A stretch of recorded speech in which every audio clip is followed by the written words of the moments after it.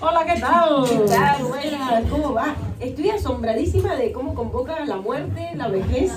Sí, y es que, o sea, nosotras llevamos como 50 y tantos jueves hablando, hay unos que han estado 50, gracias, pero una de las primeras charlas fue ¿qué hay después de la muerte?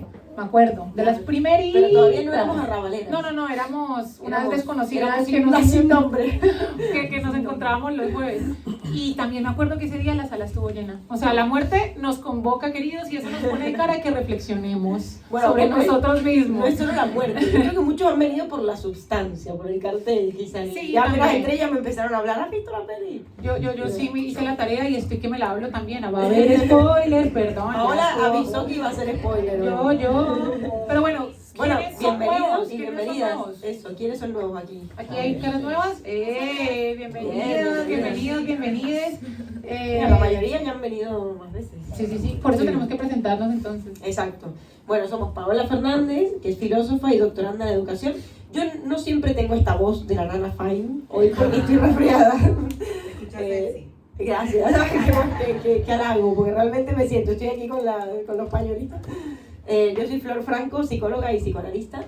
Y bueno, el tema que nos convoca hoy creo que es súper interesante, ¿no? La muerte quizá lo hemos hablado en otra ocasión, pero desde otro lugar, ¿no? Como que cada tema que hablamos nunca es el mismo, por más de que hiciéramos exactamente el mismo. Claro, es que este creo que es el único que ha tenido una palabra en común, pero el anterior era ¿qué hay después de la muerte? Que es una cuestión completamente distinta, la relación con la muerte, la vejez y el deseo de perpetuar la vida. Exacto. Que está con este miedo al envejecimiento, es distinto, ¿no? Es muy diferente, sí.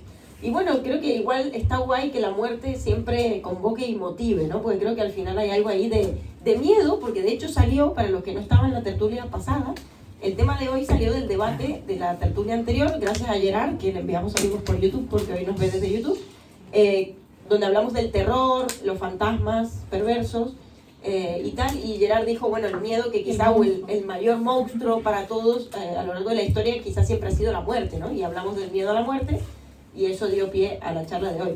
Y quizá también hoy podremos decir el miedo a la vejez. Por eso también hay una industria montada en toda la cuestión del no envejecimiento, ¿no? O el anti-envejecimiento, desde cremas faciales hasta pastillas, hasta, bueno, técnicas quirúrgicas. La sustancia. Y ahí viene un poco la peli, porque de hecho le íbamos a poner un poco el título hoy a la charla, pero al final decidimos usar más técnicas de rejuvenecimiento que la sustancia, por si alguien no la había visto, o bueno, ¿quiénes la han visto? Levanten la mano, ¿quiénes han visto la sustancia? Ah, bien, podemos hacer spoiler, yo me siento autorizada, el resto, bueno. Bien, la mayoría la vio. Tarde. Yo hubiese tomado o tomaría la sustancia para convertirme en Demi Moore, con 60 años, no importa. Es que a mí me dio una rabia cuando se le tomaba, era como, pero tenés 3 arrugas al lado de los labios, por Dios, es perfecta, mujer.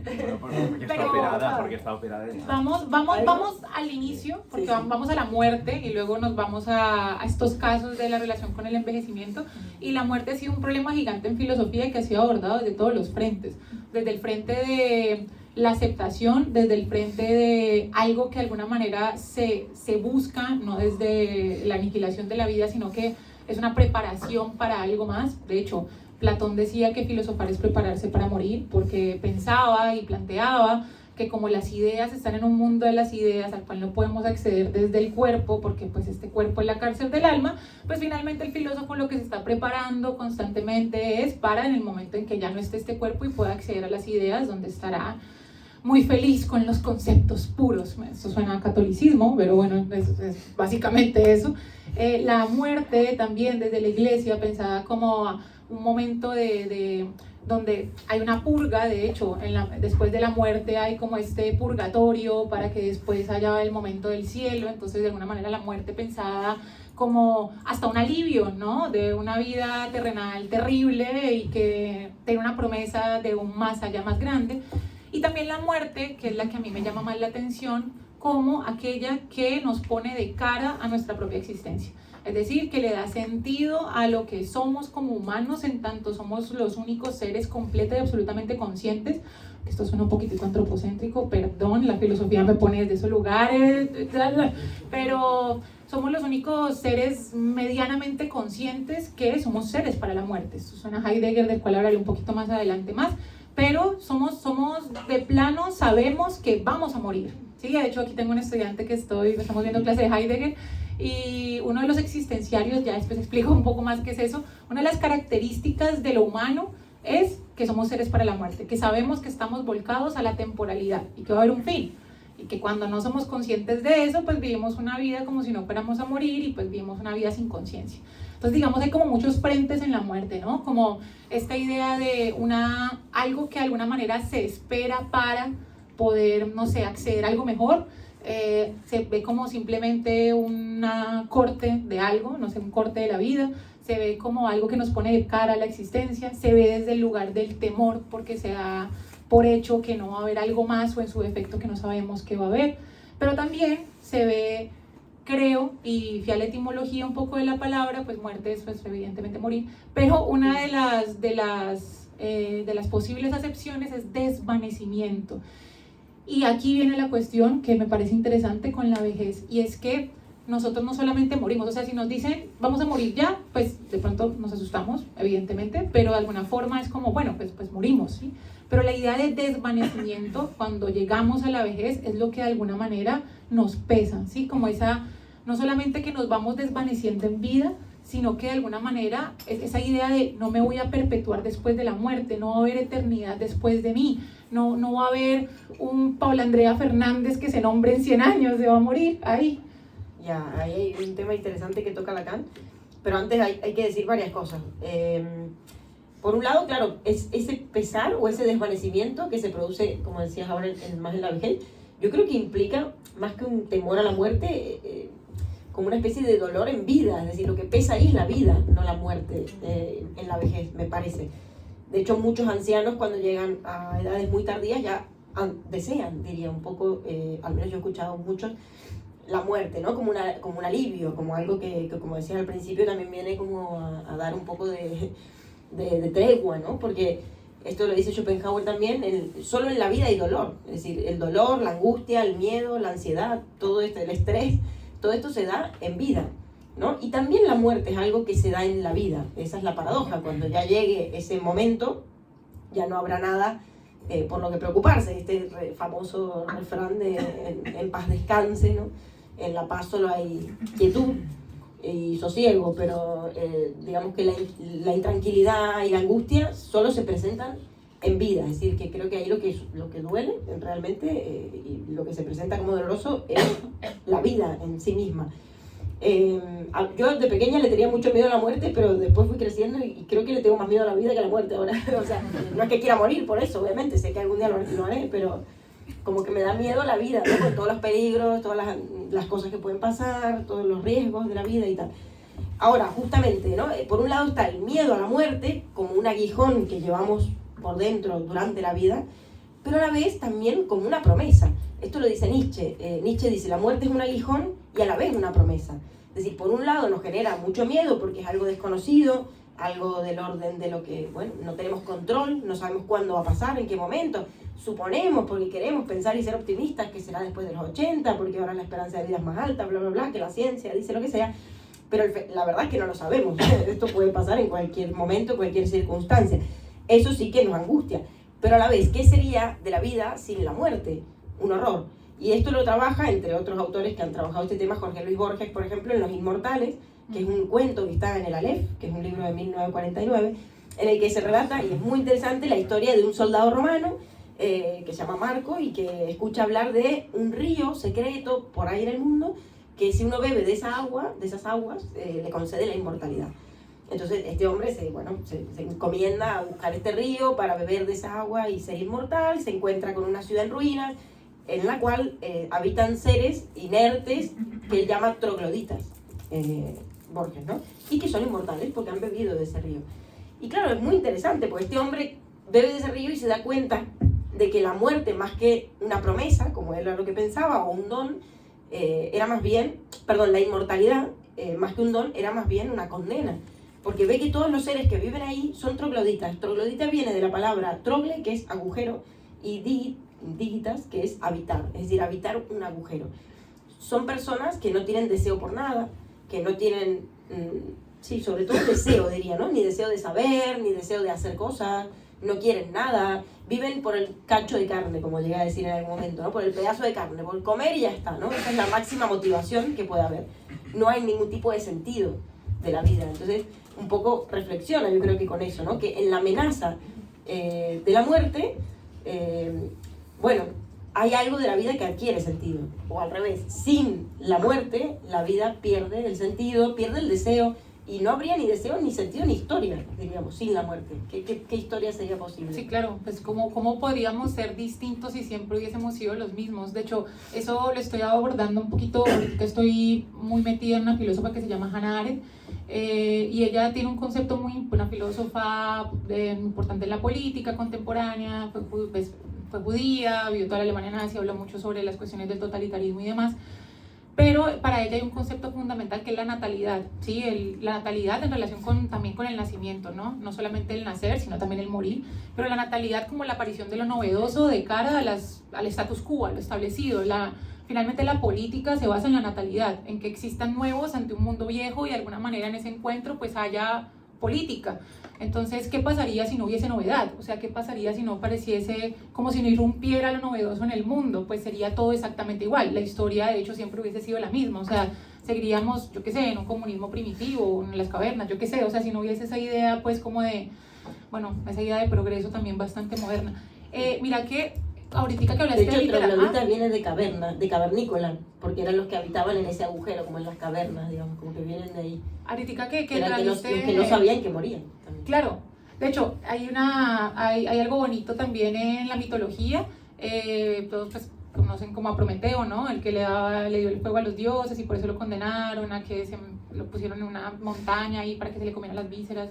Bueno, la historia es más larga, pero una de las cosas que pasó es que cuando Prometeo puso, porque Prometeo y lo de la Pandora tiene bastante que ver, Pandora fue una mujer creada por Hefesto para darle a su hermano que se llamaba Epimeteo, para tenderle una trampa, porque Prometeo había metido en una cajita todos los males de la humanidad, ¿sí? Y Pandora fue creada explícitamente para abrir esa cajita, que la tenía finalmente Epimeteo, que Prometeo se le había pasado a Epimeteo, aquí contando un chismecito pues como mitad aborto.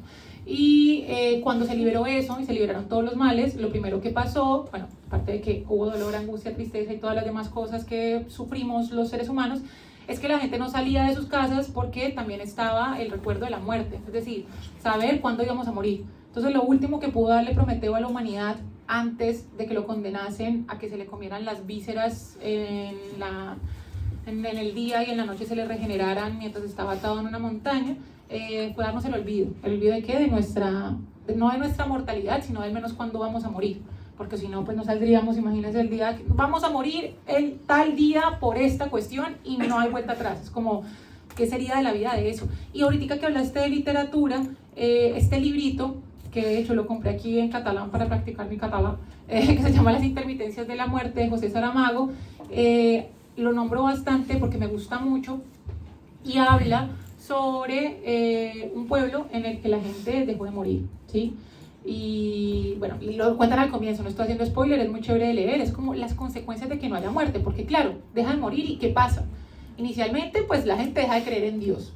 ¿Por qué? ¿Para qué? O sea, Dios es la promesa de la vida eterna, sino la promesa de la vida eterna no, la promesa de la vida después de la vida. Entonces pues si no hay Dios, pues digo, si no hay muerte, pues ¿para qué Dios? ¿Sí? No tiene ahí un influjo. Pero también la gente deja de hacer cosas, porque pues si no me voy a morir la puedo hacer mañana o en 100 años, o sea, ¿qué necesidad va a haber?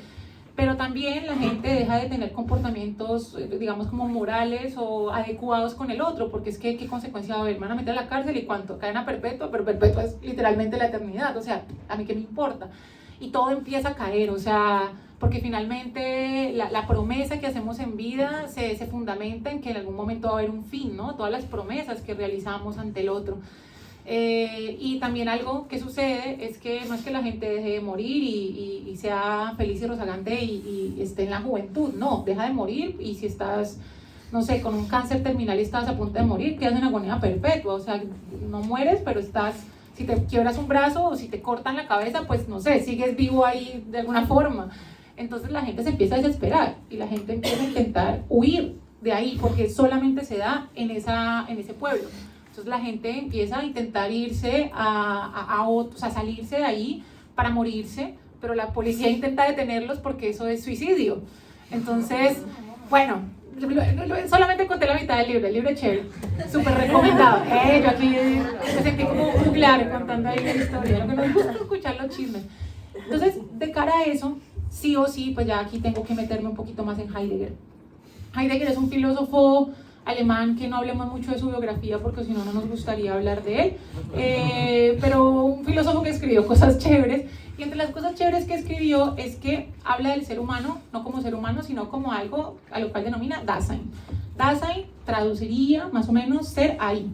Significa el ente que en cada caso soy yo mismo. Y eso en español, ¿qué significa? Es esa cosa que yo soy cada vez que soy yo. Es decir, si alguien me pregunta, soy heideggeriana, y me preguntan ¿quién eres? Yo no diría Paola, sino estoy siendo Paola, porque Paola sería algo acabado. No, yo estoy construyéndome a cada paso que doy, ¿sí? Y ese Dasein tiene algo llamado, unas características, llamémoslo así, que le llama existenciarios, ¿sí? Y esos existenciarios son como las definiciones o lo que hace que el Dasein sea Dasein. Y hay muchas, ¿sí? Por ejemplo, que comprendemos el mundo a la luz del discurso y del habla, que cuidamos del otro y de nosotros, que estamos arrojados en un mundo. Y uno de los más importantes, bueno, que tenemos temples anímicos, bueno, muchas cosas, pero uno de los más importantes es que somos seres para la muerte, es decir, que somos conscientes de nuestra finitud, y esa conciencia de nuestra finitud que va a provocar sí o sí una angustia existencial, nos pone de cara a las preguntas existenciales, nos pone de cara a quiénes somos, para dónde vamos, qué es el ser, que es la pregunta fundamental que tiene el Dasein, qué es lo que es, y después hablo de sustancia porque sé que habla de la palabra sustancia, pero de alguna forma, y volviendo aquí a las intermitencias, nos pone de cara a ver, si esto tiene un fin, pues ¿qué hago mientras llego a ese fin? ¿Sí? Y hasta tener, diría, una historia propia y un nombre propio. Hay algo del nombre, y de hecho iba a decir de la intervención que hiciste al principio cuando dijiste el miedo a la no perpetuación del nombre propio, ¿no? O del desvanecimiento. Lacan habla de dos muertes, la muerte biológica y la muerte simbólica. La muerte biológica es la muerte del cuerpo, ¿no? Cuando morimos en ese momento. Pero luego, claro, hay algo que justamente hace el hecho de esa muerte biológica, y es el hecho de que queramos, por justamente ser seres de lenguaje, seguir viviendo en la memoria, ¿no? O seguir viviendo en los demás. Por eso la sepultura, por eso la memoria, ¿no? En los demás, la descendencia incluso también. Hay por algo eso lo que pedían era, perdón, aquí sí se me escapan los nombres, cuando estaban en el río de las almas, ¿no? Que hay como varios nombres de esos ríos de las almas de la mitología griega, perdón, se me escapan. Pero una de las cosas que pedían era por favor que me recuerden, porque claro, si no se desvanece mi alma, si no me recuerdan. Exacto, a veces le tenemos México más miedo también, a esa muerte. La cuestión del Día de los Muertos. Exacto, a veces le podemos tener más miedo a esa muerte que a la biológica, digamos, el hecho de que nos olviden, ¿no? El hecho de que nuestro nombre no se recuerde nunca más, o que nuestra historia se lleve al olvido, ¿no? Sería el caso de Antígona. El paradigma de esta doble muerte sería el caso de Antígona, donde no solo está la muerte de Teseo, su hermano, a nivel biológica, sino que además está la muerte simbólica del no poder ser enterrado y el no poder recibir el ritual adecuado. Y ahí es donde también empalmamos con la cuestión de la muerte como inauguradora de la sociedad, podríamos decir. Hay un libro de Samiatín, que siempre lo nombro, se llama Nosotros, que es una distopía, y hay una frase que a mí me quedó muy grabada de este libro, y dice: el amor es una función de la muerte. No habría amor sin muerte. Es decir, si fuéramos inmortales, como en el libro de Borges o de Saramago, os puedo asegurar que no habría parejas, no habría amor, ni poligamia, ni ningún tipo, ni amor de amistad, ni ningún tipo de amor. Porque no habría necesidad de amar, no habría deseo, no habría falta que cubrir, no habría algo que buscar, no habría sentido, no, nada de eso, ¿no? Y esto me parece como importante decirlo, o sea, y luego que la cuestión de lo social surge a partir de los rituales de la muerte, que es algo que a partir de la pandemia, bueno, quizá ya antes se venía perdiendo, en la pandemia lo vimos más significativamente ocurriendo, el hecho de la no importancia del ritual, ¿no? Era como, bueno, está bien, sí, por todas las justificaciones que quisiera en ese momento la ciencia o la medicina, pero a muchas personas no se las enterró, como a mi abuela, siempre lo digo y lo voy a decir, al menos que yo qué sé, lo recuerdo en ese aspecto. Pero gente a la que no se le permitió ni al muerto ni a las familias el ritual del entierro. Y el ritual del entierro es un ritual de pasaje, es un ritual que nos permite simbolizar la ausencia del que muere y también pasarlo a otro plano, sería como el pasar del plano biológico al plano simbólico, ¿no? Es decir, hacer esa simbolización. Es algo sano, es algo que cumple no solo una función social, sino una función psicológica, el ritual de la muerte, ¿no? Los rituales de la muerte. Y según los antropólogos son los primeros rituales de los cuales hay noción en la historia, los rituales a raíz de la muerte. Entonces las sociedades también se unen, podríamos decir, en función de la muerte, de que exista la muerte, si no seríamos todos seres individuales. Y no es casual que hoy, en una época donde hay tanto miedo a morir, porque es una época muy yoica, los orientales dirían que en realidad no hay que tener tanto miedo a morir, creen en otro tipo de cosas, ¿no? A partir de la muerte o tal, pero claro, el ego es el que teme morir, ¿no?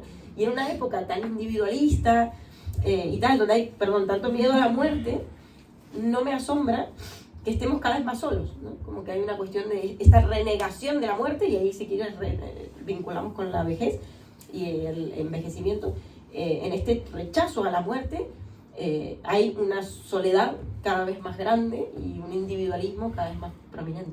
Sí, yo pensaba también que cuando nombras en esa novela distópica, ahí pienso también en Un Mundo Feliz. ¿Se acuerdan esta novela de Huxley, donde el salvaje, una de las cosas que lo caracterizaba era que enterraba a sus muertos, ¿no? Entonces y que tenía amor por su madre, ¿sí? Como por y amor por su madre, y que no quería que muriese, y que una de las cosas que hacían normalmente era eso: una persona moría y la metían como en una chimenea y simplemente pues la quemaban, y de alguna manera no había esa relación con la muerte, se consideraba arcaica, en una distopía, digamos, en un lugar donde no hay apegos, ¿sí? Y que nombraste también como estas filosofías no occidentales, por ejemplo, una de las formas pues para el budismo, en las 4 grandes verdades de Siddhartha Gautama, pues la vida implica sufrimiento, y el sufrimiento es la segunda noble verdad. ¿Dónde está la causa del sufrimiento? En el apego, ¿sí? Y cómo la tercera noble verdad sería cómo eliminamos el sufrimiento, o cómo intentamos eludir el sufrimiento tratando de eliminar su causa. Y cuando pensamos en apego, y bueno, el cuarto, por un noble camino octuple que no lo cumple nadie, puta, eso es muy difícil, eso es pensar correctamente, orar correctamente, decir las cosas en el momento correcto, o sea, eso lo hacen los budistas porque uno es un pendejo. Pero a lo segundo, el apego también es el apego a la vida, porque los apegos son todo tipo de apegos, ¿no? Apego uno siempre piensa en personas, uno siempre piensa en un sujeto al cual está pegado, o algo material. No, apego es también a la idea, a una idea, ¿sí? Una idea política, una idea, pero también una idea del yo. Entonces, de alguna manera, la muerte es como un perderse de el yo. O sea, de hecho, yo creo que muchos hemos pensado, y creo que es una cuestión que habla desde el ego, que es importante, ¿no? Ego y egocentrismo es distinto, ¿no? Ego es el sujeto, el yo. Y es que muchos, bueno, a mí me ha pasado que pensamos que, como, no sé, ¿cómo sería nuestro velorio? Yo no sé, yo por ejemplo tengo, o qué pasaría si me muero, o sea, que cómo reaccionarían mis amigos, cómo llegaría la noticia. De hecho, yo tengo una playlist en Spotify que se llama la playlist de mi funeral, porque yo quiero que suene música buena, o sea, por si algo Spotify, Paola Fernández 510, la playlist de mi funeral, yo tengo como quiero que estén con el féretro. En el mío pongan tecno. No, ese me puse con mestiza y como la gente así, no, yo tengo campalache de Gardel, o sea, tengo música así para el corazón. Pero de alguna forma. Cuenta premium, que si no salen los anuncios. Sí, no, con cuenta premium, sí, horrible que te salga ahí, mientras están ahí enterrando. ¿Hay alguna de Wisin y Yandel? No, me pongo bastante existencial ahí. Pero bueno, volviendo aquí a la cuestión del desvanecimiento, quiero que, bueno, entonces hablemos de esta cuestión de esta pérdida de cuando nosotros estamos apegados a esa idea de yo, ¿no? Entonces finalmente, y esa idea de yo que está ¿en dónde? En la vida de quién, de uno, ¿sí? Entonces si me muero, pues ¿qué va a pasar? ¿No? Pues que la vida va a seguir, es horrible, eso hace poco de hecho... Van a seguir sin mí. Exacto, hace poco se murió una amiga, bueno, hace unos meses largos, se murió una amiga de toda la vida, random, o sea, tenía mi edad, era jugadora de Ultimate, para los que no, el frisbeecito era Liga de Colombia, o sea, y había salido de un partido nacional y estaba súper bien y se acostó a dormir y le dijo a la novia, tengo dolor de cabeza muy fuerte, y fue como, bueno, vamos al médico. Y yo, no, pues estoy bien, me tomo una pastilla y me acuesto a dormir, y se despertó y le dio una embolia y ya, muerte cerebral, 30 años, o sea, deportista. Y a mí me llegó la noticia el otro día y fue como, me puso de cara precisamente a la finitud, o sea, llamé a mi familia, me puso de cara a la muerte. Todavía no se había muerto mi abuela murió este año, de 98 años, ya había vivido bastante, pero de alguna manera la muerte te pone precisamente de cara a eso, ¿no? A esos momentos que no se van a poder perpetuar y que no hay un después. Y para concluir la idea de, van a seguir su vida. Con mi amiga se llamaba Nani, bueno, se llamaba Daniela y le decían Nani. Con Nani pasó que yo decía, pucha, ¿cómo va a continuar la vida de todos los que éramos como sus amigos? Y pues siguió. Fue un dolor de un tiempo y lloramos, y la recuerdo y podré llorar, pero sigue. No, es muy triste. A mí, sobre todo cuando es alguien joven, en el sentido de lo inesperado del acontecimiento, a mí siempre me da como mucho miedo al principio, pero a la vez también me da como una especie de premura por hacer todo lo que tengo pendiente de hacer. Es como que, como si me motivara más a decir, bueno, a ver, ¿qué tengo que hacer? Tengo que escribir un libro, ¿Y cuántas, no, es que no he hecho, a ver, ¿y cuántas pelis, ahora, ¿no? cuántas pelis hay así, no? Como de 10 cosas que hacer antes de morir. Hay muchas películas que su argumento es ese, ¿no? Claro, es como que de alguna forma también te ata más a la vida y te hace decir, bueno, no hay todo el tiempo del mundo, que es lo que le pasaba a los personajes de Borges. Lo que queramos hacer hay que hacerlo ahora, ¿no? Así revive o reanima algo del orden del deseo también. Dos cosas para terminar con la muerte. Rilke, Rainer Maria Rilke, no sé si lo conoceráis, pero dice unas cuestiones muy interesantes sobre la muerte, y voy a decir solo dos. Una, que él dice que la muerte es como el último acto de la vida, es decir, es como el último acto que hacemos en vida, le pertenece a la vida de alguna forma, y que tiene que hablar de nosotros mismos, es decir, que uno tiene que morir como ha vivido. Y él murió como ha vivido. Es muy extraño cómo murió. Bueno, muy extraño, no, muy paradigmático de esto que él mismo predicaba, como muere Rilke. ¿Saben cómo muere Rilke? Un poeta sensible. Pinchó ¿cómo se llama? El pinche de una rosa. La espina. La espina, esto no me salía. La espina de una rosa y se murió. O sea, como una cosa así, sí, tenía 52 años por ahí. Se murió porque se ve que se le infectó, no se hizo ver y tal. Bueno, ¿y por qué no se hizo ver? Aquí está la segunda cuestión que iba a decir de Rilke. Y qué mejor ejemplo de una muerte propia, que era lo que él decía. No se hizo ver porque él estaba en contra de la muerte de los hospitales. Antiguamente la gente moría en sus casas, ¿no? Y hacían rituales de 3 días más o más. Hoy en día eso ya no, ya es como, bueno, el crematorio, una horita y para casa, ¿no? Como que ya está. Bueno, Rilke estaba muy en contra de ese tipo de muerte y sobre todo de la muerte de los hospitales, porque él decía que era una muerte fría, una muerte triste, una muerte sin humanidad, ¿no? Donde la muerte perdía esa cuestión de dignidad de ese último acto de la vida. Y no se hizo atender y, bueno, murió. No sé, me parecía como interesante, pero sacando la muerte de Rilke, que me parece bonita también, porque es como muy propia de su vida, a la vez también confirma esto que él había predicado, sobre todo en los cuadernos de Malte y en otros libros. Ay, pensé, no sé, súper random, porque se me vino a la cabeza el Ruiseñor y la Rosa, este cuentito de Oscar Wilde, que no sé, ¿sabes cuál es? O La Bella Durmiente también creo que era el que se pincha. Bueno, sí. No, pero en este cuento de Oscar Wilde es que hay una niña o más bien, un niño que está enamorado de una niña y le dice como que quieres, y como quiero una rosa roja, y como que, a ver, no puedo darte una rosa roja, pues no hay rosas rojas. Entonces un ruiseñor vio que el niño estaba muy triste porque no le podía llevar, bueno, el niño no era de hecho un estudiante de filosofía, bueno, no sé, era una persona adolescente, y no le podía llevar su rosa roja a su amada. Entonces el ruiseñor lo vio tan triste que dijo, voy a darle mi vida a esta rosa, porque tenía que pincharse su corazón con una espina para que la rosa que se tiñera de rojo. Y el ruiseñor le da, o sea, se le pincha el corazón hasta que muere. Es un cuento muy corto y muy lindo, no sé cómo puede ser un cuento para niños, por Dios.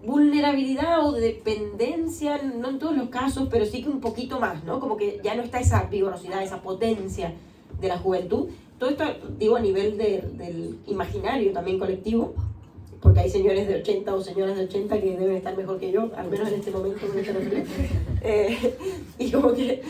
Lo dice con sus pañuelitos ahí llenos de moho.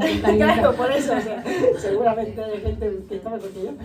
Pero en el imaginario colectivo y sobre todo en una época tan productivista o con tendencia al rendimiento y a la productividad, en la vejez justamente lo que no hay es ese nivel de productividad y de hacer, de rendir, y creo que hoy en día se la rechaza y se la descarta un poco por eso, ¿no? Por eso tenemos hoy por hoy una vejez donde, bueno, lo que se dice es que hay mucha soledad, que está acompañada de un montón de abandono, ¿no? Donde el viejo, vamos a decirlo así, para que suene feo, porque es la realidad, es como el desecho de la sociedad, está como ahí abandonado, ¿no? A la buena de Dios, porque nadie se puede ocupar de él, porque no es rentable, porque no da rédito, porque no produce.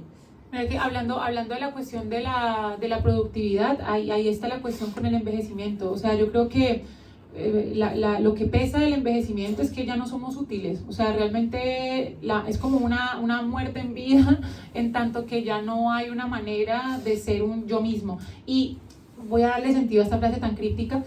Con la película La Sustancia me encantó de plano el nombre. Sustancia es una palabra que en filosofía ha tenido un peso. Sustancia para Aristóteles significaba bueno, traducía a ousia, o más bien en latín era ousia, que es esa cosa que es eso y no es otra cosa, y que no depende de ninguna otra cosa para existir, ¿sí? Es lo que hace que una cosa sea lo que es. Podríamos utilizar de sinónimo la esencia, podríamos utilizar de sinónimo la idea platónica, podríamos utilizar de sinónimo muchos que podemos utilizar actualmente. Señor, no nos dañe la grabación. Tembló. Esa cosa que en cada caso es esa cosa, ¿sí? Y lo que hace que una cosa sea lo que es. Entonces, lo interesante de la película, por ejemplo, es que, para los que no sepan, Demi Moore, pues nada, la estaban vendiendo pues como, o sea, es un programa pues como de ejercicios, y pues estaba vieja, y dijeron necesitamos una nueva, y se le presentó la oportunidad de empezar un tratamiento llamado precisamente La Sustancia, que era sacar la mejor versión de ella misma, pero todo el tiempo le hacía hincapié en algo, y es, ambas son una, ¿sí? O sea, ambas son esa cosa que son ustedes mismas. Es decir, esa parte que le salió a, no es que Sparkles creo que era el nombre en la peli, bueno, a Demi Moore, esa parte que le salió más bella, que era ella misma, aunque ella pensara que era otra, era ella. Digamos, había esa cuestión de la película le hacía mucho hincapié a, si le quitas a una, la otra va a tenerlo porque son la misma cosa a la larga.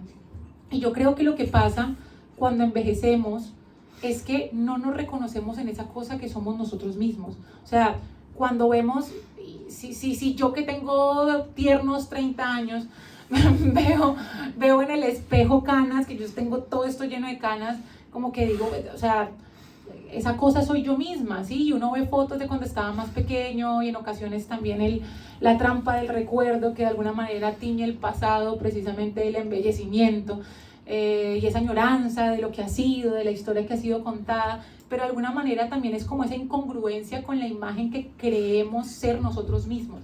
Entonces, a mí me parece muy, muy interesante, digamos, que hayan puesto como palabra, que la peli se ha llamado Sustancia, porque sustancia no es, en filosofía no es un compuesto químico, ni es, no sé, cualquier cosa que puede ser regado o lo que sea, no es como una sustancia, sino que sustancia es eso que le da esencia a algo. Y entonces de alguna forma creo que este personaje, para no narrar el final, no les voy a hacer el spoiler del final, que es lo más chévere, les conté el argumento fundamental. Lo interesante de este personaje es cuando no empieza a reconocerse a sí misma como sí misma, sino como lo otro. Y lo que creo que presenta la vejez es precisamente ese no reconocimiento del sí mismo, porque en algún momento yo fui joven y yo tuve fuerza y yo fui capaz de tener estas tierras y yo trabajé y yo hice y esto que soy yo mismo no es congruente con esa supuesta sustancia que debería ser las dos cosas, mi yo joven y mi yo viejo. Ya, habría que ver, súper interesante, habría que ver ¿qué es lo que hace que uno diga, uy, estas canas no son mías? Porque no creo que en otra época quizás se diera así. Quizás, de hecho, en otra época tener canas era signo de sabiduría, de conocimiento, de alguien que impregnaba respeto en la sociedad. Creo que aquí lo que hay es un rechazo a la vejez muy grande, ¿no? Y ahí vamos a ver por qué. Ahora, me pareció súper interesante esto de qué hace que nos reconozcamos como nosotros mismos a lo largo del tiempo, siendo que el cuerpo cambia tanto, ¿no? Es decir, cuando éramos bebés, cuando éramos niños, como ahora y cuando seremos a los 80, hay poca cosa ahí en común, ¿no? Y a la vez nos seguimos viendo al espejo y sabemos que somos nosotros.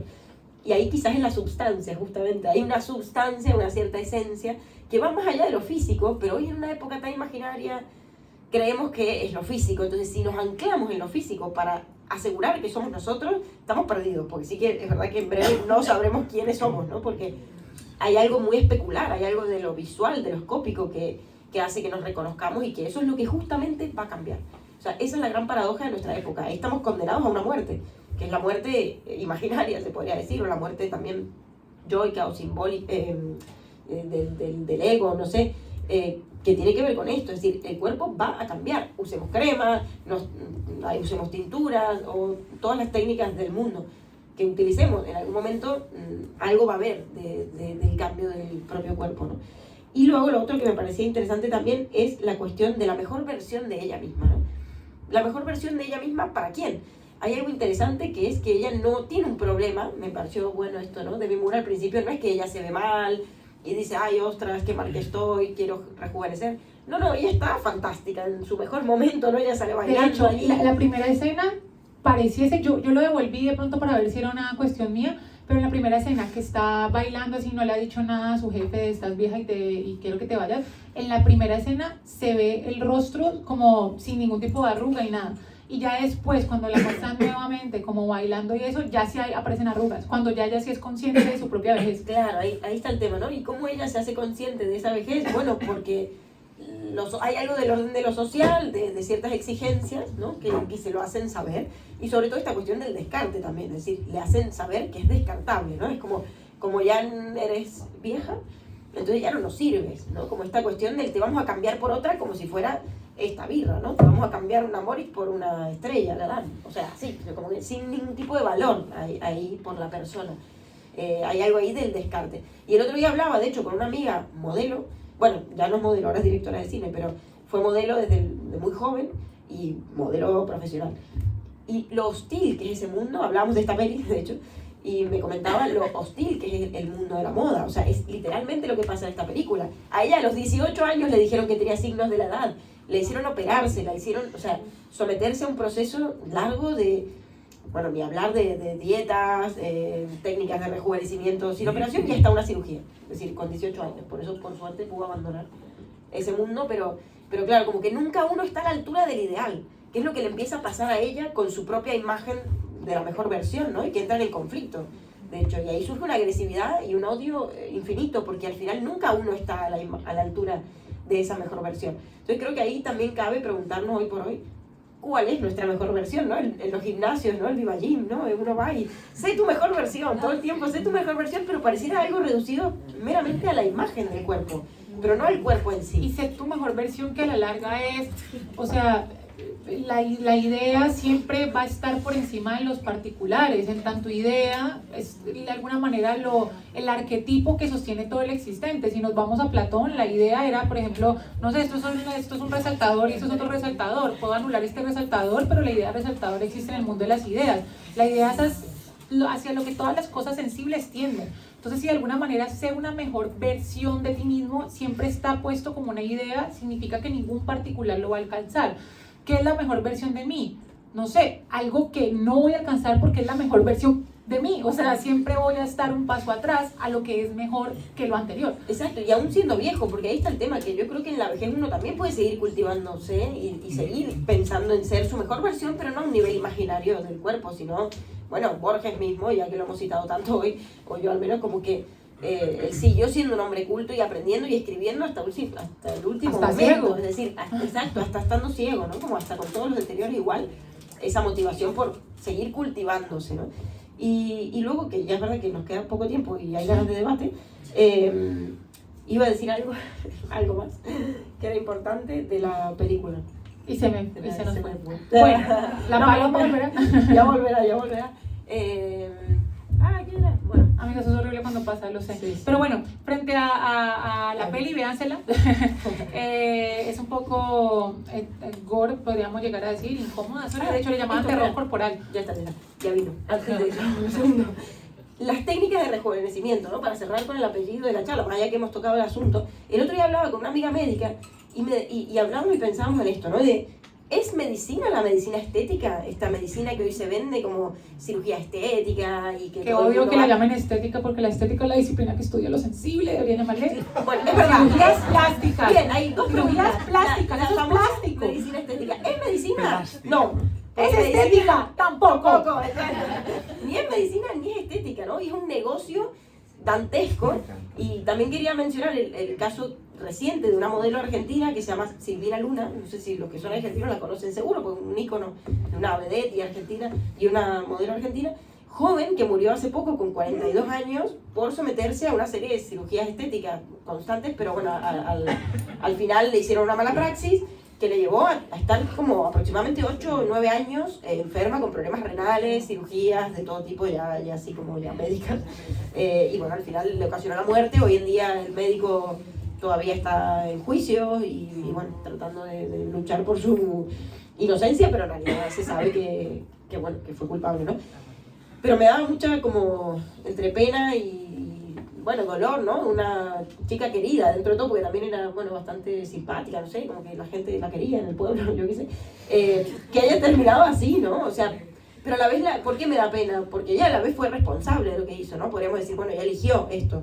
Pero bueno, hay toda una industria, o sea, una presión y una exigencia social que en la sustancia se refleja, que nos lleva a ir hacia el lugar porque si no sos descartado, ¿no? Entonces como ese miedo de decir, ostras, o paso por el quirófano o hago los tratamientos que tenga que hacer porque si no, así como las descartan de estos mundos del modelaje o de la actuación o tal, así también te pueden descartar de un trabajo o te pueden, yo qué sé, tener el miedo a no encontrar pareja o ya puede ir más a lo particular de cada caso, ¿no?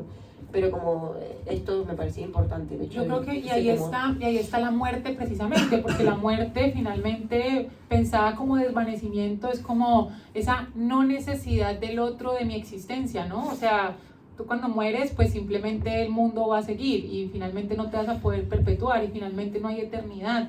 Y los humanos hemos buscado constantemente la eternidad, no desde necesariamente las técnicas de no envejecimiento, desde el escribir, desde el hacer historia, desde el Hannah Arendt va a decir que en la condición humana, va a decir que hay 3 características que definen nuestra vida activa, nuestra vida en el mundo, que es labor, trabajo y acción. Y en la acción, en este relacionarnos con los otros, en esto que estamos haciendo, en la pluralidad, hay una como perpetuidad, ¿sí? Hay algo que va más allá de solamente, no sé, meternos en una cuevita y tener 3 hijos y que ellos tengan hijos y que nos muramos ahí, no, buscamos perpetuarnos de alguna forma, esa necesidad, esa cosa de escribe un libro, siembra un árbol y ten un hijo es perpetúate, perpetúate, perpetúate, o sea, es eternidad, eternidad, eternidad, búscala constantemente. Entonces de alguna manera estas técnicas de rejuvenecimiento van de cara al no descartarte precisamente porque descartarte es mostrar tu mortalidad.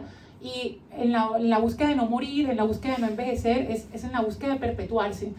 Entonces, de no desvanecerse, de que me recuerden, de que como estos altares en México que me parecen tan lindos, que se ponga la foto, que todos lo conocimos por Coco, que es la película de Disney, no sé.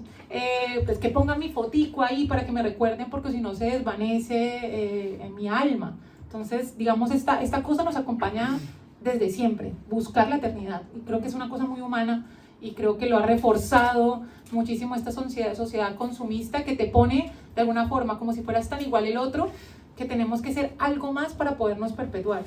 Sí, total. Ahora, hay formas sanas de hacerlo, yo creo, porque tampoco me parece mal. Es una manera de simbolizar la muerte, pero hay formas muy hostiles que incluso nos pueden resultar hasta más perturbadoras que la muerte en sí misma, ¿no? Que es estos casos que hemos comentado, de la sustancia o de Silvina Luna. Bueno, vamos al debate si querés. Vamos al debate, que hay mucho de qué hablar, así que gracias. Queremos escucharlo. Ya ahí levantó la mano, ya levantó la mano.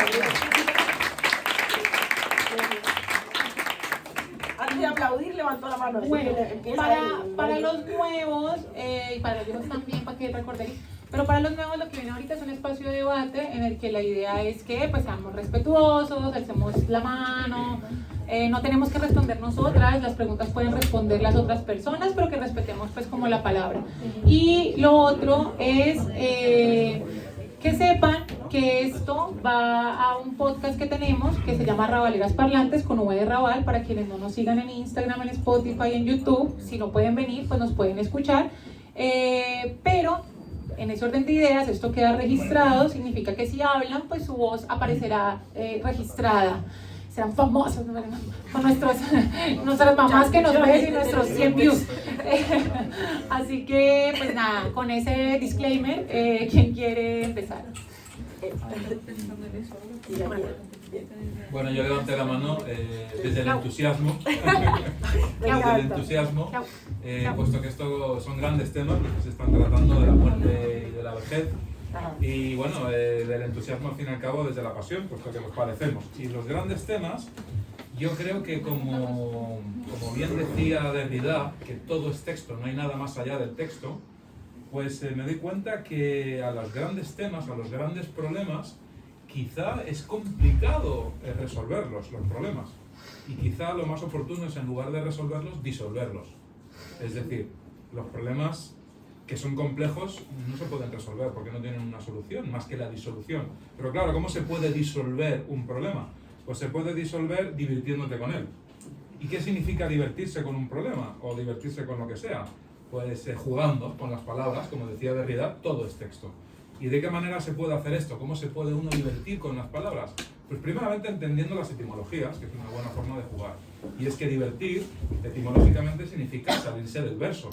Cuando te sales del verso, te sales del curso. Cuando te sales del curso, pisas sobre nieve virgen. Y eso te permite pensar de manera distinta.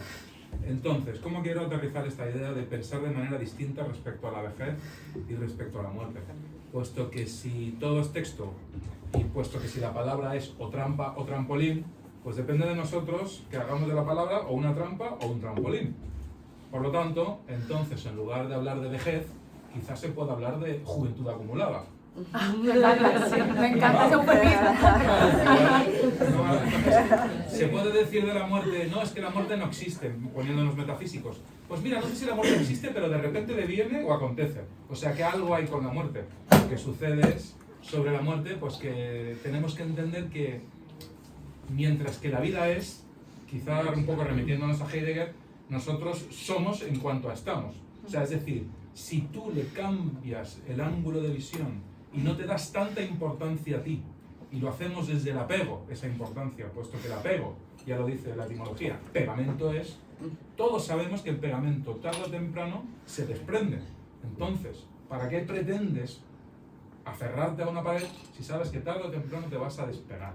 Entonces, entendamos que el apego es un pegamento, que todo lo que es un pegamento acaba cayendo. Entonces, en lugar de entender de que nosotros caemos, pensemos dándole la vuelta en que la vida prevalece y que nosotros estamos ahí en la vida de repente y que la tenemos que disfrutar, y que la vida no es para estar de paso, la vida es para estar de paseo, y además de paseo, si se puede, de paisajeo, porque la filosofía es bien que es un arte para saber morir, pero también es un arte para saber darse un discurso interno. Y cuando tú te das un discurso interno, lo que estás consiguiendo es de repente de construir cosas que se nos vienen explicadas, que aprendemos desde pequeños y que nos condicionan muchísimo. Y que, como digo, cuando tú estás en un curso, estás limitado, estás delimitado y acabas siempre tropezando con un problema. Y lo que hay que hacer es salirse del problema, disolverlo, básicamente. Sería una reflexión así. Gracias. Marca un aplauso de la semana. También un aplauso. Gracias por la intervención y no hay más nada que añadir, me pareció perfecta en sí misma.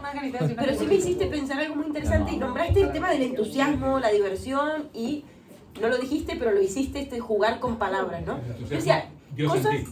¿Cómo?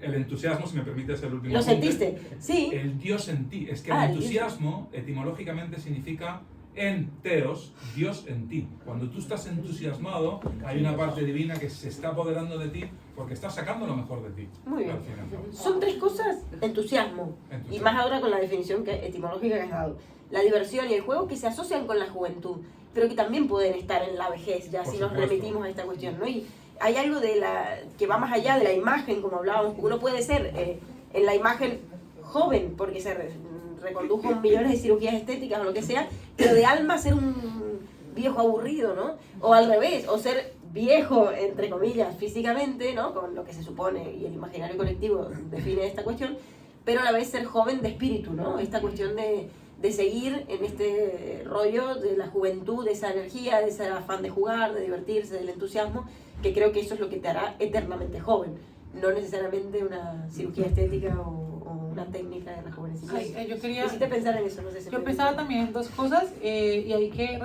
nombraste ahí nuevamente a Heidegger, justamente la muerte, no pongamos la muerte, pongamos la nada, que le da tanto importancia a la noción de nada. Nada no como, que lo hablábamos en clase, nada no como algo, porque la nada no es algo, porque sería absurdo, sino la nada como lo que te pone de cara al ser. Es decir, es como si pintáramos todo negro alrededor para que saliera de cara algo. Es como cuando nosotros... no sé, vemos un color, pero a la larga no estamos viendo un color, sino que estamos viendo precisamente que todo el espectro de luz refleja todos los colores excepto ese que estamos viendo. Entonces la nada, que también hay una relación ahí un poco con la muerte, es aquello que pone de cara al ser, ¿sí? De hecho, en el medioevo, por ejemplo, como no se podía, un ejemplito, como no se podía definir a Dios porque Dios es inconmensurable y pues una definición precisamente tiene un inicio y un fin, entonces no tiene sentido la definición, de alguna manera se intentaba delimitar desde lo que no era. Entonces Dios no es finito, Dios no es mortal, la nada nos pone de cara a eso. Entonces pensarse la muerte es precisamente, no es lo que no es vida, es lo que pone de relieve la vida, ¿sí? Lo que muestra la vida, lo que la saca enfrente. Me pareció muy chévere eso. Y lo otro aquí, mira que, no sé por qué no lo nombré, frente al juego y el crear, es que siempre se relaciona con el niño. Es Nietzsche, por ejemplo, cuando habla de las transformaciones del espíritu, que es como lo que nosotros pasamos para... Los que pasan los seres humanos, ¿no? Que primero tienen una carga de un yo debo, que es camello, luego el león, que es el yo quiero, y luego el niño, que es el capaz de crear. De alguna manera, crear valores es hacer mundo, ¿sí? Y se le pone precisamente al niño. Entonces yo creo que la cuestión no está en la juventud, sino que está en la creación. Y vuelvo a algo que nombré como al comiencito de la charla de una filósofa que me gusta mucho, que es Hannah Arendt, de la cuestión de la natalidad. La natalidad no tiene que ver con el nacimiento, sino con la cuestión de lo innovador y de crear. Y la creación no viene necesariamente desde la juventud, la creación viene desde cualquier momento. Entonces, de alguna forma es que hemos pensado como la vida como una suerte de etapas, con esa necesidad de darle como esa disección, ¿no? Como que los humanos tenemos esa necesidad como de diseccionar las cosas y partirlas como en compartimientos. Pero si pensamos que el proceso de creación es eterno, pues lo vemos desde ese lugar, desde el estar entretenidos, estar viendo el paisaje, estar contemplando, estar desde el goce. Parece brutal. Sí, un último apunte que un poco viene a colación y ya con esto cierro. Efectivamente, la vejez, ¿no? De alguna manera, pues es este camino. Al fin y al cabo, la vida, ¿qué es? ¿No? Es un camino, ¿no? Y en este camino de lo que se trata es de aprender, ¿no? Y al fin y al cabo, ¿qué son las arrugas de la vejez? Pues es la hoja de ruta. Y de lo que se aspira es a llegar a algún lugar con sentido y habiendo aprendido y habiendo enseñado, habiendo dado, entregado algo de ti, ¿no? Y esto es algo como que me resulta algo como muy, muy interesante, entender de que la vejez no solo es una juventud acumulada, sino que si se aprende bien, si consigues hacer de tu vida una obra de arte, en el mejor sentido, para ti, en tu medida, pues de alguna manera también la vejez no solo es una juventud acumulada, sino también una sabiduría acumulada. Deberíamos, deconstruyendo lo que es la edad, ¿por qué le damos el nombre de edad en lugar de aprendizajes? Hay un libro de Marlon Morgan, algo del desierto, no recuerdo cuál es, que habla de que los aborígenes, en lugar de celebrar sus cumpleaños, lo que celebran, en lugar de cumplir años, porque qué edad saben que tienen, no lo saben, ellos celebran cada acontecimiento que tienen en su vida. Por lo tanto, van cumpliendo sabiduría. Y cumpliendo sabiduría, ¿de qué te vas a quejar? De nada. La cuestión es llegar a un espíritu, como dices tú, de vejez, con ese buen ánimo de cuando eras joven. Porque no solo tienes ese conocimiento, sino además el regocijo de haber podido llegar a donde has llegado, cosa que un joven no sabe si lo consigue. Entonces, ojalá que algún día los viejos o las personas sabias, que con su sabiduría algún día consigan hacer ver que ser viejo no es nada malo. Al contrario, es una oportunidad que tienen los jóvenes para replicarles, para inspirarse, para aspirar al fin y al cabo, porque cualquier joven quiere aspirar a ser viejo. Por lo tanto, ¿qué hay de malo en ser viejo? Nada. Es una aspiración. Pasa que hoy quizá Todos quieren aspirar a ser viejos. no se valora tanto la sabiduría, se valora más ese cuerpo bonito. Pero es un error. Es un error sí, total. Es una sociedad vacía de sustancia. Sí, pues... había pedido primero la palabra y luego. No, pues justamente esto, que yo viendo la sustancia tuve como una especie de un paralelismo entre lo que son las redes sociales y ese yo que mostramos, que hay incluso gente que no se reconoce en ella misma delante del espejo, sino que se reconoce frente a aquella versión suya digital que está en las redes, ¿no? Entonces hay esa disociación entre lo que tú eres realmente y esa mejor versión de ti que tiene pues esos filtros o esos momentos concretos en los que puntualmente subes una foto y bueno, me parecía como un ejemplo como muy claro de cuál es el inicio de todo este pensamiento en cuanto a la edad y en cuanto al físico que ahora mismo pues está permeando en nosotros mismos, ¿no?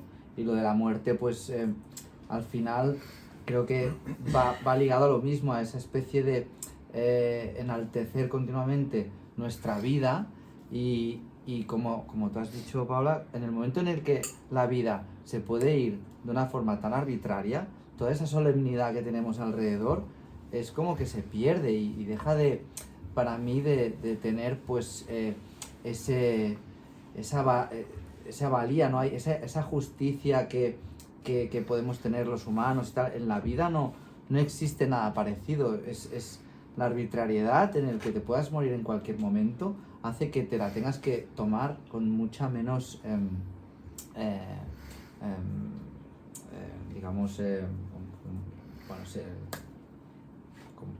menos importancia, digamos, seriedad o solemnidad, ¿no? Entonces, bueno, básicamente eso. De hecho, hay un síndrome. Perdón. Hay unos, me corregirá Flor, pero la otra vez creo que lo nombraste, que ya hay como una suerte de nueva psicopatología de los filtros, ¿no? Como la idea del no reconocimiento de sí mismo en el filtro, ¿no? O sea, de hecho, es como, no hay sé, gente habrá... que se opera según el Sí, filtro. exacto, o sea, que va y va a ser... Opérame así, con el filtro Quiero de quedar Instagram. con esta cara y finalmente tú ves y todas las narices operadas son exactamente igual, la que da el filtro de Instagram, o sea, los pómulos. Eso a mí me parece, y es increíble. Yo tenía, en Colombia, yo pues era profe de instituto y era profe de los últimos años de, pues bueno, aquí el colegio, que aquí sería instituto, y ponle que normalmente en Colombia se celebran los 15, ¿no? Los 15 años, ¿no? Eso es latino, eso aquí no se vive. Lo que pedían mis niñas de 15 era la bichectomía, que es una cosa de los pómulos o los labios, ¿sí? Y entonces llegaban mis niñas de 15 años con como una cosa aquí así, como así, porque le estaban acumulando los pómulos y era como, pero muchacha, es que no te has terminado siquiera de formar, o sea, si quiero operarte al menos espera un poquito, porque es que tu cara, ¿cómo vas a decir que tienes muchos cachetes, muchas mejillas? O sea, eres una niña. Y es esa cuestión de, claro, las redes sociales ahí intervienen un montón en la noción de esa relación que tenemos con la corporalidad y con la vejez. Y con el ideal, porque el filtro está creado en base al ideal. Y esto que todas tengan la misma cara, o todos, es porque todos se terminan pareciendo, nunca igual a la altura, pero al ideal de belleza de la época. Bueno, también estoy un poco enferma, entonces. Bienvenida al club. Saldremos de aquí hoy todos. Todos tosamos.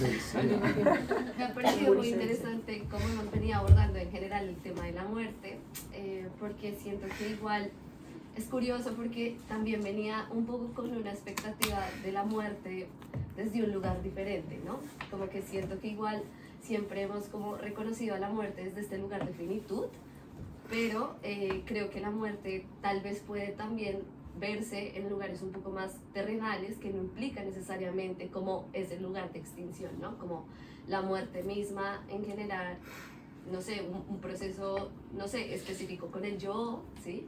De ya no reconocerme a mí en relación, por ejemplo, no sé, a mi pareja, creo que eso también es un proceso de muerte, pero viene a mi cabeza porque, bueno, yo soy psicóloga y lo digo porque creo que últimamente la sociedad ha venido como también idealizando un poco este tema del apego como algo que no debería existir, ¿sí? O que más que no debería existir puede ser como este lugar en donde el sufrimiento permanece o se perpetúa, ¿no?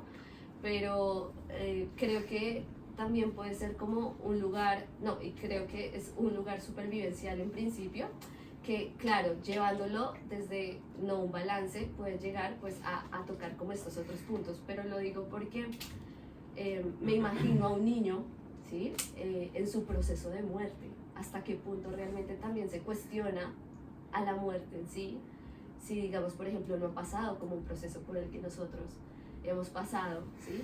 Y que tan solo precisamente por ser niño, como los niños con cáncer, pues sí o sí también tiene un proceso de apego, no sé. Pero mira que eso, perdón, es que es re loco porque justo pensé, una prima, su hija, está viva, para que no piensen que la historia termina mal, a los 3 años le dio cáncer, no me acuerdo en ese momento de qué, pero tenía 3 años, sí. Y fue muy fuerte, fue un carcinoma, o sea, sobrevivió así de milagro y está en este momento, tiene... Creo que ve los videos a la Luisita, tiene como 16 años, ya está en la universidad, 17, 18, más o menos, está grandecita ya. Y me acuerdo cuando pasó eso, que ella no estaba nada asustada, la niña, no estaba nada asustada, que los psicólogos hacían en el proceso era con los padres, porque la niña era como, ¿y qué es la muerte? O sea, como que no sé, porque todo el mundo está así, o sea, lo que quiero es salir a jugar y lo que me tiene aburrida es que estoy aquí y que estoy un poquitico enfermita y ya, pero ella... con la muerte no tenía ninguna cuestión porque pues era precisamente un ser nuevo. Y porque de alguna u otra manera se sentía sostenida, se sentía segura por el apego de sus padres, ¿sí me hago entender? O sea, lo que me parecía que interesante es nuevamente como mirar a la muerte tal vez desde este proceso un poco de transformación, no sé, como en el que de alguna manera nosotras, bueno, y nosotros como en la medida en que crecemos vamos significándonos, ¿no? Y esos son como procesos propios también de muerte y como que llegamos a mirarla al final de cuentas de esa manera. Es también en relación lo que ustedes dicen como a la sociedad, pero también en relación a nuestras propias vivencias, ¿no? Es como, sí, algo que me parecía muy interesante también por los niños, porque de alguna manera... Sí que quizá más que el apego de los padres o a los padres, el amor, ¿no? De los padres o a los padres, que creo que no es lo mismo como el apego que el amor, ahí habría que ver, hacerle como la salvedad. Pero sí que es verdad que me acuerdo de una profesora de la uni que trabajaba con niños con cáncer terminal, que yo digo, qué terrible, qué difícil debe ser y tal, y me dijo exactamente lo mismo que acaba de decir Pau, ¿no? Como que lo más difícil era el tema de la familia, los padres, el niño en sí. Entonces eso nos dice que evidentemente el miedo a la muerte, ahí hay algo de cultural en eso también, ¿no? Que quizás si se nos enseñara o si nos aproximáramos diferente a la cuestión de la muerte, de hecho en otras culturas quizás no es tan terrorífico, porque ahí habría que ver a qué estamos apegados, ¿no? Como en ese aspecto de que nos da tanto miedo morir. Yo creo que hay un apego al ego. Apego, o sea, sí, nunca más. Sé tu pego. Ese chupero. ¿Cómo? A la necesidad de trascender. A la necesidad de Sí, yo, o al ego, al yo, al no sé, el querer ser demasiado importante o al no querer morir por sentirse demasiado único, ¿no? Como esta cuestión de la no trascendencia como de la muerte, pues por ejemplo en los budistas o en algunas otras culturas creen en la reencarnación o creen en otras formas de volver a la vida, ¿no? Que hacen menos terrible la idea de la muerte. Entonces quizás si pensáramos que, yo no digo la reencarnación en el sentido de que alguien va a nacer en otro ser humano, pero sí que de alguna manera hay una especie de reencarnación energética en el cosmos, de que uno muere pero esa energía vuelve a reintegrarse en el cosmos. El tema es que no volveremos a ser esto que somos en el sentido del yoico, subjetivo así de persona. Pero bueno, a la vez hay algo ahí, lo que importa es que la vida, como decía Nietzsche, se siga regenerando a sí misma y creando otras individuaciones también. No el yo, no soy yo importante, sino que la vida siga siendo vida. No sé, en ese sentido decirlo. El lío. Vamos al lío. Vamos al lío con lío. Está para un podcast, vamos al lío. Sí. Que bueno, por deformación pues, sociológica supongo que falta quizás el factor sociológico o el factor de la sociedad metido ahí, ¿no? Así que me suena un poco Mario Perniola tiene un libro en el sentir, se llama, que plantea una cosa muy interesante que tiene que ver con cómo vivimos en un contexto donde la posibilidad del sentir está muy acotada ya. Vivimos en una sociedad donde las experiencias posibles ya están casi registradas en su totalidad. Y lo que hacemos constantemente es dialogar con experiencias ya vividas por alguien. Ya vividas y representadas por alguien. Y al final estamos queriendo crear la experiencia ya vivida y completar en nuestra vida algo que no es novedoso, sino que ya está registrado, ¿no? Ir a PortAventura, por toda esa especie de imaginario que tenemos, ya disfrute de PortAventura, el amor, como ese conjunto de experiencias, como planteó Artes en el fragmento del discurso amoroso, son todos fragmentos ya vividos, ¿no? Esto delimita mucho la experiencia y conecta un poco quizás con la idea de bueno, Jameson, con esta frase tan famosa que ahora todo el mundo tiene en la boca, ¿no? Esta idea de nos es más fácil pensar el fin del mundo que el fin del capitalismo, nos resulta, parafraseando un poco, nos resulta totalmente imposible pensar la novedad, ¿no? La experiencia no vivida, ¿no? En ese sentido, toda esta posibilidad de creación de vida nueva y aportar esta alegría y este juego, en cierta medida, se ve como capado de cierta forma, ¿no? Estamos como, tenemos esta imaginación de poder jugar con la vida bastante delimitada, bastante acotada. Cada esto termina generando una pasión triste en el sentido spinoziano, ¿no? Al final el conatus se limita un montón, se va a la mierda el conatus, dejamos de poder afirmar la vida y nos vemos cada vez más impotentes. Y de hecho creo que actualmente la sociedad que vivimos es una sociedad de impotencia, ¿no? Paolo Virno tiene libros súper interesantes sobre esto, sobre la impotencia, y habla de cómo la sociedad capitalista actual que tenemos está absolutamente atravesada por una situación de impotencia radical, ¿no? A nivel social. Claro, esto nos delimita brutalmente a la hora de plantear la muerte, ¿no? Al final, si la vida está tan capada, está tan delimitada, y vivimos con tanta impotencia, todo el tiempo que tenemos es un tiempo que se resta. Y el deseo es un deseo a seres de tipo spinoziano, del corte más de Deleuze y Guattari, si no es el deseo de la falta, es el deseo del no. Es el deseo de lo que no tenemos. Y al final la muerte, bueno, la vejez, es el aumento de lo que no se tiene, ¿no? Al final es la pérdida constante y por lo tanto una constatación cada vez mayor de impotencia. Creo que es como, no sé si tiene que ver con esta especie de ampliación del realismo capitalista, que termina inevitablemente abocándonos a una vejez dolorosa, porque el tiempo no es algo que se acumula, no es una sabiduría acumulada, sino que es un tiempo que perdemos y que cada vez tenemos menos, ¿no? Sí, yo también lo veo más desde ese lugar de esa búsqueda de todas las cosas, ya que nombraste a Spinoza y a la ética, ese conatus, esa cosa que sería esa búsqueda de todas las cosas existentes de perpetuar su propia vida, como ese sí a la vida también nietzscheano, pues, que era dile sí a la vida, es como...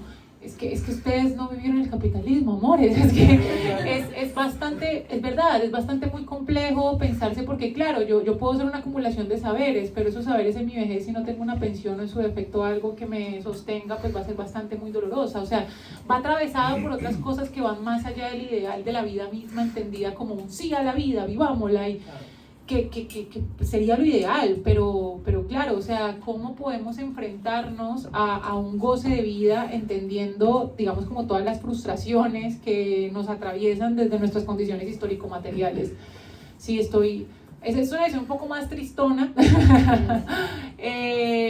y es importante también verse de cara, pues, como a la vida como algo que merece ser vivido y toda la cosa, decirle a la vida, pero sí hay que tener como entender el porqué de, digamos, más que justificarlo, como que me parece muy interesante ese entendimiento del porqué esa desazón colectiva como por la vejez, ¿sí? Porque ya no es ese momento de recogimiento, sino que es un momento de desdeño, de basura, de ya no eres productivo, de ya no es recogimiento, ya no es contemplación, ya no es juventud acumulada, porque en términos de la productividad ya no eres productivo, así que ya no eres útil. Si lo vemos ya en términos de atravesados por el capitalismo, pues la vejez simplemente es inútil. Pero te conecta con el valor del anticapitalismo como una afirmación de la vida. Ahí sí. Y poder jugar por romper el realismo capitalista para devolvernos la imaginación de la vida y devolver cierta libertad para poder jugar con la vida, pero no se puede dentro del capitalismo, es imposible. Roger había pedido la palabra. Creo que Roger y terminamos con Eva y ya, ¿cierto? Sí, sí. Roger, Eva y cerramos. Sí. Vale. Claro, yo en la línea de lo que comentabas tú, me hace pensar justamente en algo que está en este libro, en la Es que le iba a nombrar cositas, en la pero vida bueno. intensa. Es un Que me libro lo regaló, que le me lo regalé regaló a de ella, cumple. de un filósofo francés que se llama Tristan García, que hay un momento que él habla como en este sentido de lo capado, de las experiencias de vidas que te limitan.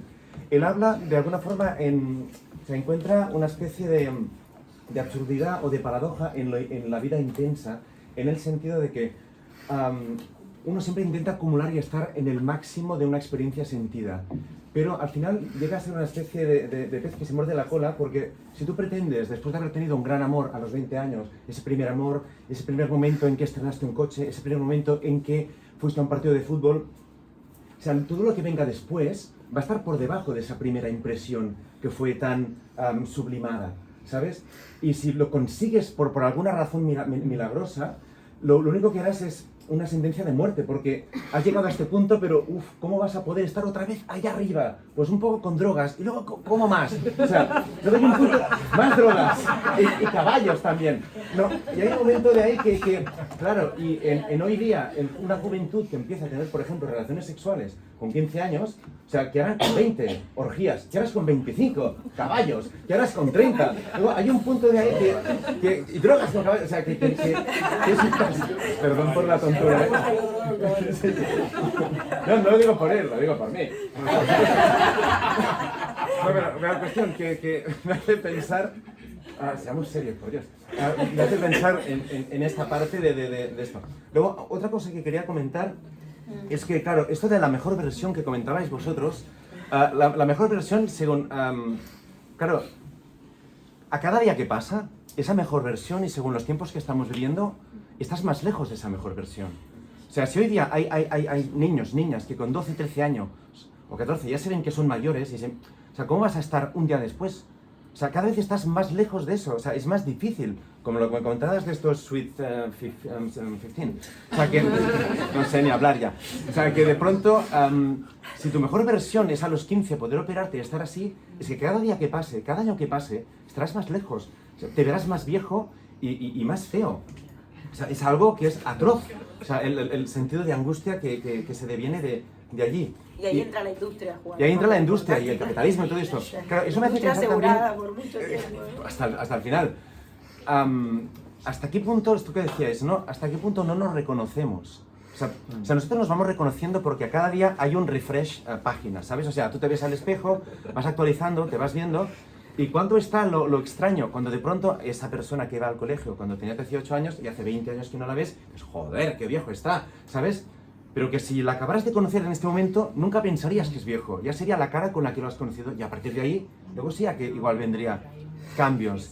Y no sé, o sea, es una pregunta o sea, tú luego sí que ves una foto o un vídeo de hace 20 años y dices, joder, cómo era y cómo soy ahora, ¿eh? Y con lo que yo fui.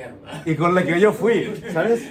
No sé, y es verdad, esta condición capitalista, pues que hoy día, o sea, antes un señor que tenía pelo blanco y sabía cosas era un sabio, y hoy es un carcamal / carne de residencia, lo cual es horroroso.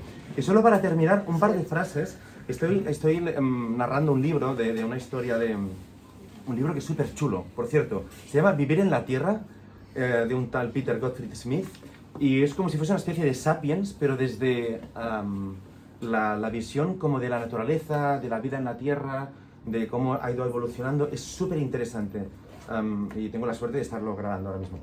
Pero bueno, y hay una zoóloga que se llama Jackie Higgins, y hablando de esto de los colores que decíais, que dice, de hecho, una flor roja, en cierto sentido no es roja, sino antirroja, porque rechaza el rojo y absorbe el resto. ¿Sabes? Y eso me pareció súper interesante. Y para terminar, una frase que me aprendió el compañero aquí, no sé dónde la sacaste, Ricard, ya me contarás. Dice, cuando la muerte está, yo no estoy, y cuando yo estoy, la muerte no está. Es como una adivinanza, ¿no? También era como, ¿qué está cuando...? Creo que o sea, que uno no se preocupe porque... Y al final lo que a mí, o sea, ¿qué es lo que decías tú hace un momento, Flor? Que decía Borges, lo que putea es el deterioro. Y más que el deterioro, para mí, es la incapacidad. O sea, que tú de pronto con 40 años tengas una enfermedad que tenga que estar postrado en cama, ser completamente consciente y ver que no puedes hacer cosas. Y en cierta medida, a medida que te haces mayor, lo que vas perdiendo es capacidad de capacidad. Lo que poder se dio hacer cosas. La impotencia, Sí. o sea, lo que genera la impotencia. Y lo que podías hacer con lo que yo fui, porque hacía esto, lo otro, y veas que no puedes. Y Sí, aunque sí, coincido totalmente, pero sí que es verdad que hay gente como Borges, no sé, o muchísimos intelectuales, Hannah Arendt, que se cultivaron toda la vida y llegaron a la vejez, bueno, bastante lúcidos, ¿no? Es decir, que yo creo que hay algo del deterioro que sí se asocia a la vejez y tiene que ver con el paso de los años, pero hay otro que depende cómo vivas, igual puedes llegar muy bien a la vejez.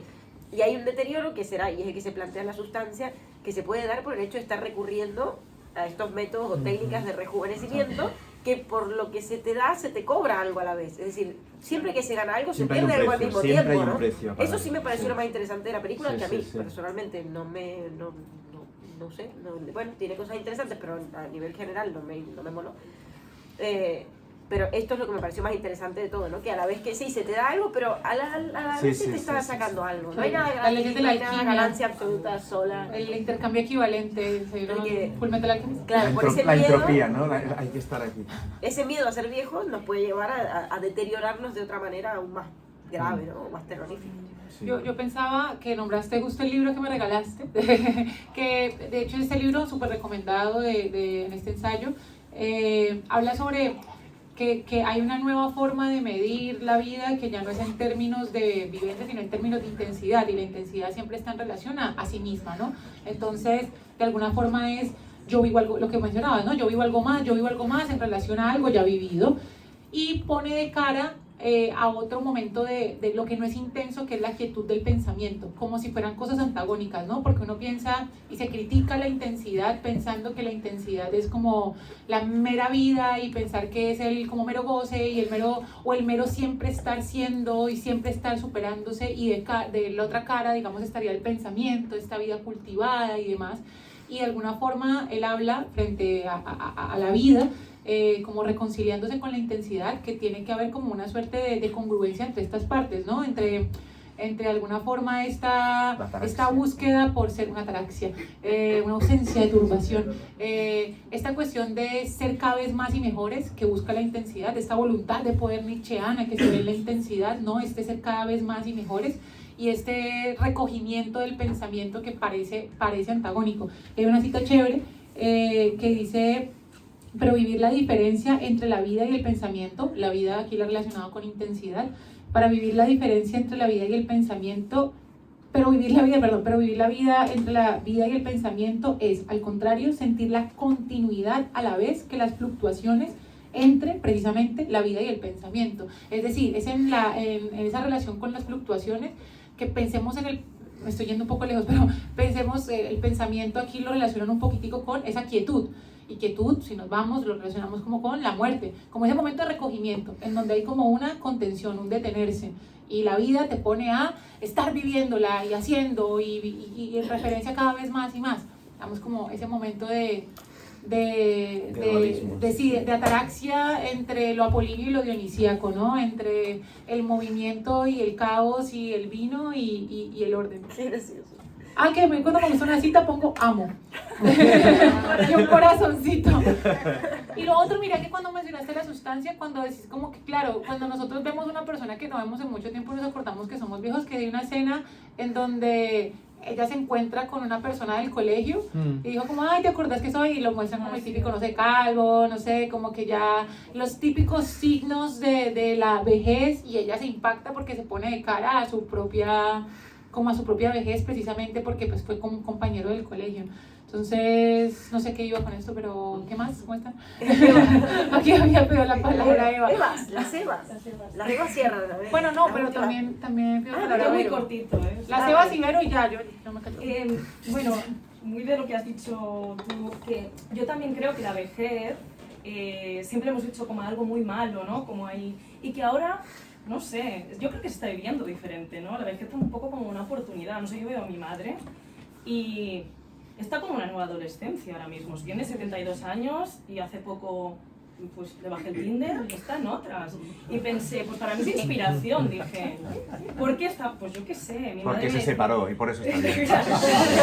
Mi madre pero mi madre me decía, estoy ahora me siento más libre, me siento con menos peso, no tengo que ir a trabajar, no sé, como, y me da una inspiración brutal, es como, qué bien. Y el otro día también hablábamos del tema de la muerte, y claro, tiene amigas, pues ya tiene 72, pero en el pueblo pues hay amigas de 80 y tal, y me dice, bueno, nosotras nos reímos un poco de esto, porque pensamos, bueno, igual la semana que viene alguien falla.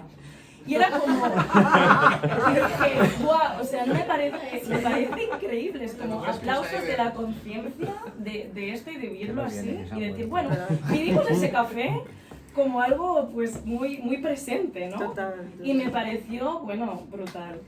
Pero en el caso de tu mamá, tuvo una vida plena. Bueno, sí, tuvo sus momentos, ¿no? De, pues no sé, bueno, ella sí que tuvo una vida plena y una vida también dura, o sea, fue como... Pero ahora está como en... Yo la veo mejor que hace muchos años, no sé, pero porque me da la sensación de una libertad de no... También trabajaba mucho, ¿no? Y ahora eso ya no está y lo puedo transformar. No sé, es como... Bueno, a mí es eso, como que tengo esa inspiración de decir, no se acaba, ¿no? Que es como la vejez, ya está. Nos vamos ya, no hay ya voluntariados, amigos, el Tinder, no sé. Yo digo, joder, pues oye, ¿qué quieres que te diga? Ahora está mejor que yo, mi madre. Pero bueno, Muy no bueno, sé. eso quiere decir muy bien. Sí. Porque se asociaba quizá a la vejez como algo donde no podía haber placer, ¿no? No puede haber nada de disfrute. Y quizás sí ahora, ¿no? Como que también revisar un poco ese concepto de vejez y decir, yo he conocido a través de pacientes que tuve en su momento, casos de encontrar el amor a partir de los 80. Tipo, re lindo, ¿no? Una mujer viuda, por ejemplo, que a los 80 años se enamoró de un hombre encima ya era de aquí, el hombre de Valencia, viajaba, se compraba una caravana, o sea, yo dije, qué guay, claro, así sí, ¿no? Claro. Así no da tanto miedo la vejez. Así no da Yo también quiero ser vieja. O me acuerdo en Ibiza también un señor que cada mañana sacaba su barco y se iba a navegar, un señor grande de unos 80 por lo menos. Súper guay, ¿no? Como esas vejeces. Eso sí. Yo quiero una vejez así. Voy de fiesta a los 80. Sí, yo creo profunda e intensamente que vivir la vida desde la curiosidad y como mencionaba, desde el juego, desde la oportunidad y no por ser idealista, sino que realmente, bueno, ahora estoy en un asilo de ancianos, ya tengo 2 meses y yo puedo ver 2 grandes realidades. El que decrépitamente va muriendo ahí en las mismas condiciones, con las mismas atenciones, claro, cada uno con su vida pasado, ¿no? Previo a llegar ahí. Pero yo puedo ver una señora haciendo el mismo juego de los manteles todos los días y todos los días se divierte de una forma distinta. Un día lo hace triángulo, otro día lo hace cuadrado, otro día lo hace triángulo. O sea, y son los mismos manteles. Y veo a la otra viejita frustrada hablando de lo mismo de siempre y contrasto como estas 2 ideas y sí, el capitalismo, no sé qué, la vida te lleva así, pero dentro de esa sociedad y ese entorno externo hay algo interno y yo decido para dónde agarro.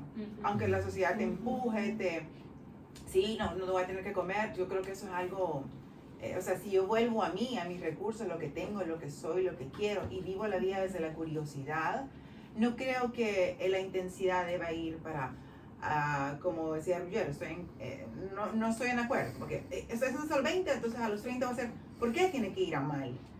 Tal vez descubrí a los 20 el sexo y dije a los 30, no, quiero un sexo más consciente a los 40. Lo dice Tristán, no, Yo.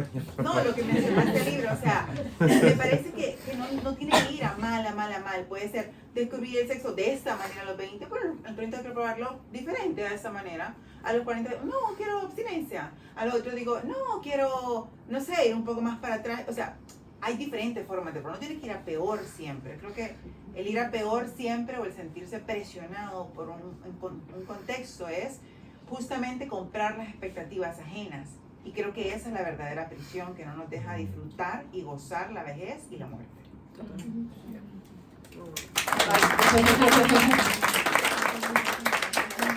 Y cierra Vero y nos vamos. El último, Ramón. No, Ramón nos está viniendo a echar. Ya se me había sacar con los mozos. Bueno, justamente esta semana sí que la tuve muy cerca la muerte. Primero un intento de suicidio y después la mamá de una amiga. No, el intento de suicidio no fue mío. Quedó como el... Hubo un silencio de pronto.